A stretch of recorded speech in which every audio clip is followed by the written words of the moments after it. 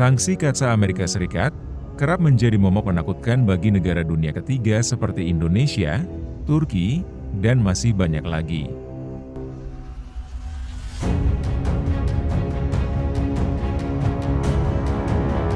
Pasalnya aturan ini bisa menjerat Indonesia dan siapapun untuk tidak mendapatkan akses alutsista dari Amerika Serikat ketika kedapatan membeli produk militer buatan Rusia beserta sekutunya. Akan tetapi beredarnya rumor mengenai wacana pencabutan kaca oleh Presiden Amerika Serikat Donald Trump berpotensi menguntungkan Indonesia karena peluang untuk membeli jet tempur seperti Su-57 akan sangat terbuka lebar. Kaca sendiri telah diberlakukan oleh Amerika Serikat sejak tahun 2017 ketika Donald Trump memimpin negara tersebut pada periode pertamanya. Tujuan diberlakukannya aturan tersebut tak lain dan tak bukan adalah untuk membendung hegemoni ekspor alutsista buatan Rusia, Iran, dan Korea Utara.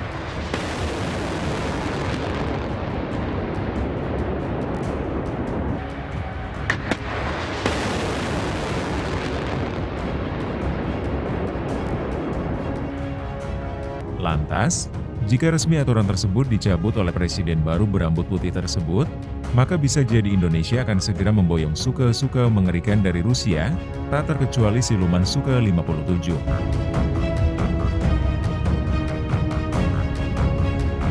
Seperti apa berita lengkapnya?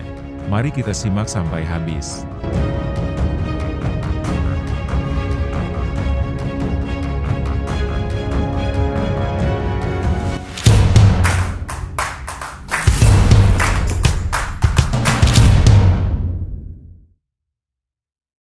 Dengan adanya regulasi ini, seluruh perusahaan yang bergerak di bidang industri militer tidak dapat mengambil keputusannya secara independen untuk mendandatangani kontrak jual beli produk mereka dengan negara lain.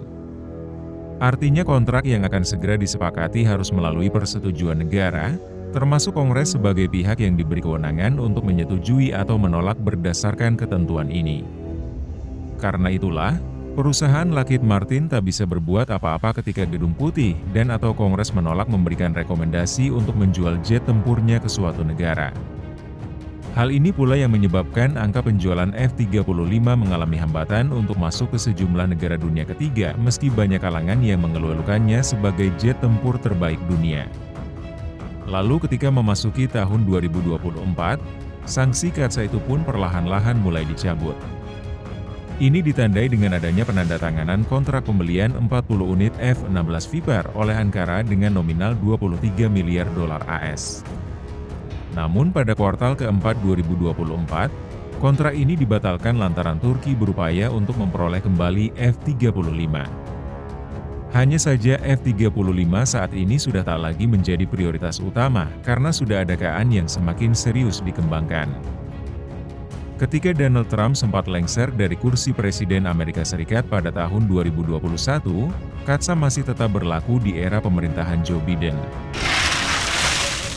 Bahkan selama ia menjadi orang nomor satu di Gedung Putih, kesan bahwa banyak APBN dianggarkan untuk mendanai berbagai perang seperti Rusia versus Ukraina hingga Israel versus Hamas banyak beredar dan mendapat pertentangan dari sejumlah warganya sendiri. Namun ketika posisi Amerika Serikat satu kembali dipegang oleh Donald Trump, sinyal perubahan di negeri Paman Sam tampak menggema di seluruh dunia.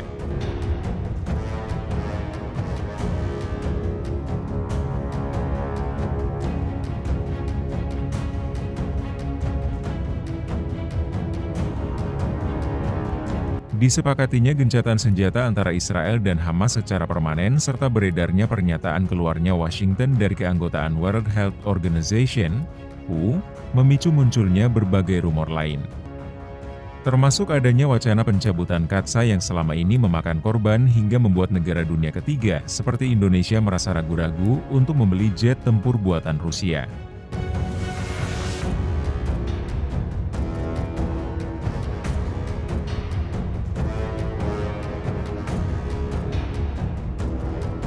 Padahal setiap keputusan mengenai modernisasi armada tempur udara untuk TNI Angkatan Udara bersifat bebas aktif sebagaimana posisi geopolitik yang diambil oleh negeri ini.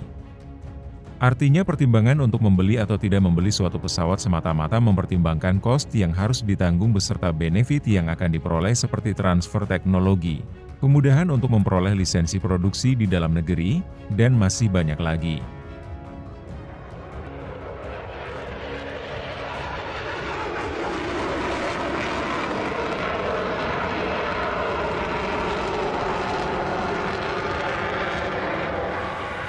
Apabila diperhatikan, Indonesia memang memiliki minat yang luar biasa terhadap produk jet tempur Rusia khususnya buatan Suhal, meski masih tetap membutuhkan alutsista dari Amerika Serikat.